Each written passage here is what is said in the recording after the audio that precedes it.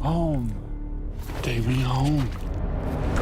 Back when the film was still called Superman Legacy, James Gunn mentioned the two comic books that inspired the first ever DCU movie. The first is Grant Morrison and Frank Quitely's All-Star Superman, and the second is Jeph Loeb and Tim Sale's Superman for All Seasons. Today, ScreenRant examines both. While it's set outside the mainline DC continuity, Grant Morrison designed All-Star Superman to be a mainstream introduction for DC's preeminent superhero. Published between 2006 to 2008, the 12-issue comic follows a Superman dying from an overdose of the very source of his powers, solar radiation. With but a year left to live, Superman commits his very last acts of heroism for the planet, and that's just the initial premise. Across its 12 issues, the series touches on every single era of the Man of Steel.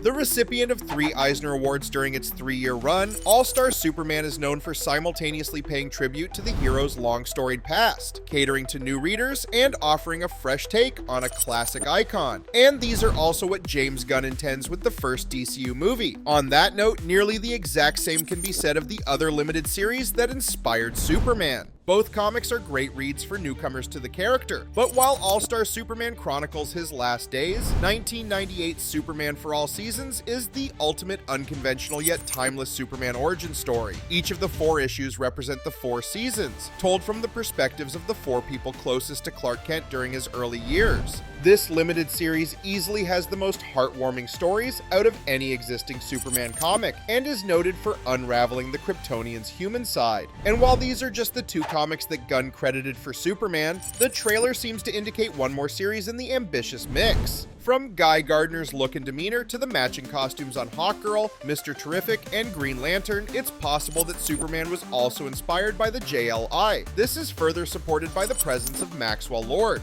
who briefly managed the JLI in the comics. In the late 80s, this alternate super team took over the original Justice League's duties. Created by Keith Giffen, J.M. DeMatteis, and Kevin Maguire, Justice League International forced heroes and reformed supervillains to work together. Amid the multiverse theory-inspired crises prevalent at the time, JLI offered a grounded take that hinged more on cast chemistry. And again, that sounds exactly like James Gunn's cup of tea. Deeply rooted in some of the best semi-hidden gems in DC history, Superman seems to be just what viewers need to get over the DCEU closing shop. Do you think the first DCU movie can do justice to the left-field masterpieces that inspired its story? Tell us your thoughts in the comments and keep watching ScreenRant.